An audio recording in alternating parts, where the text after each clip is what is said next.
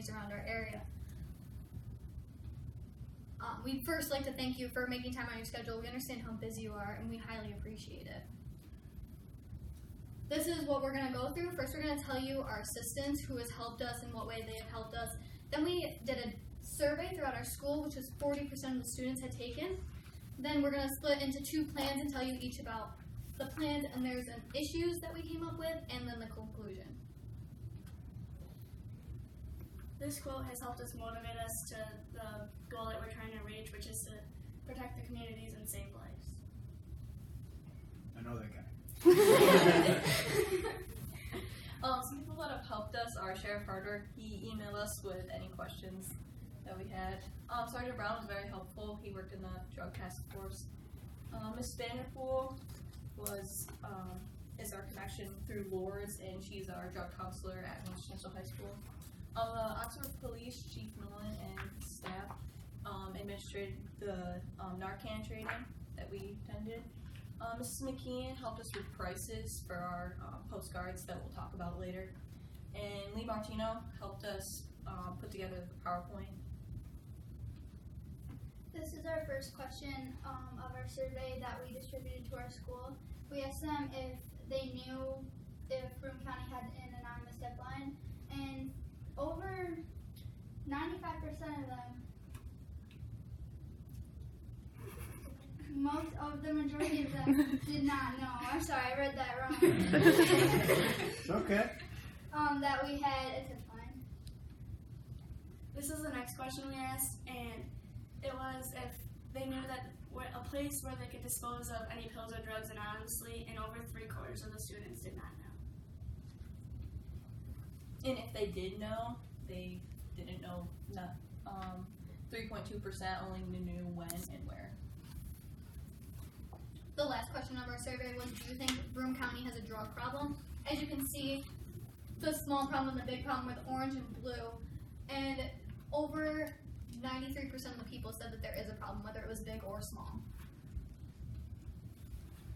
These are our 2 plans that we're going to tell you about. Our first plan is involving the community, and we understand that preventative is not enough, which is why we're trying to start by educating them.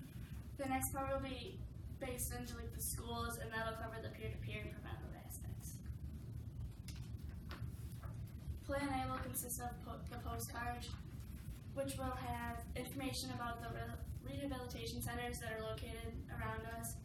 It'll also have the anonymous helpline through the Sheriff's Department, in which we want to change the number to something that's more catchy and memorable for the students to know.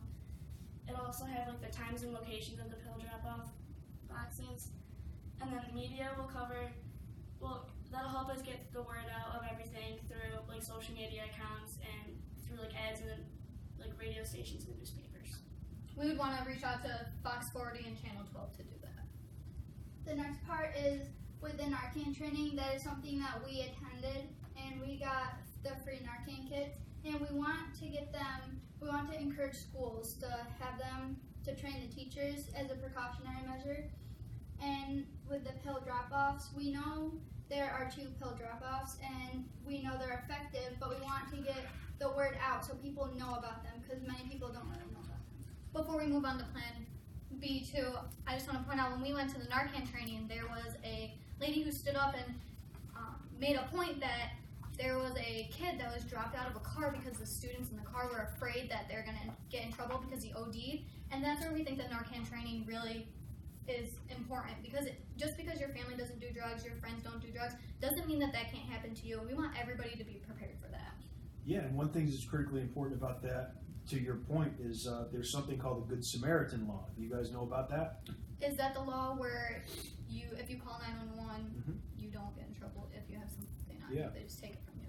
So one thing we did at the Sheriff's Office, I don't want to interrupt your proposal, but was when we started to carry Narcan, we made these small business cards that if we responded someplace and had to administer Narcan, on one side of the card was the Good Samaritan Law to remind people of its importance, that it's okay to call 911.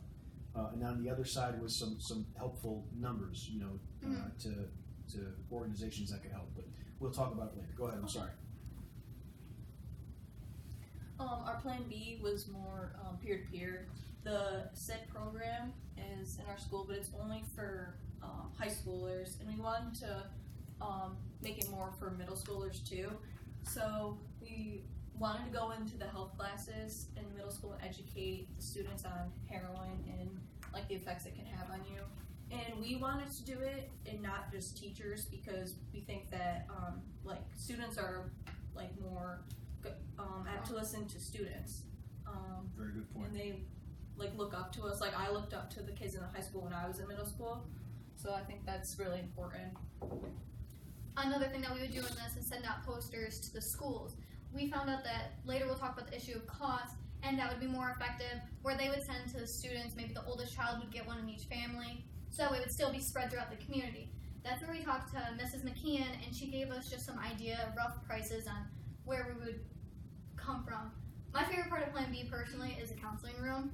It's where students like us, the four of us, we would be in the room random times of the day that would be worked into our school schedule, and we would be open to talking to other students as far as something maybe like my boyfriend broke up with me to I think my mom's doing heroin or drugs, and we would take classes. I'm currently enrolled in an online course to become a mandated reporter, and throughout that course I've been taught the signs of like neglect, what I need to look for, where I would go if I need to report something. And that's my favorite part, because I personally think that kids would enjoy having someone always to be there. We wouldn't be able to tell like anybody. It would be secretive. Nobody would know if they were coming in, going out, who was there with us. And that's why I like it, because it'd be secretive. Some issues is there's no competition, which means it's going to be hard to get the funding, and to send out the stamps alone are really expensive.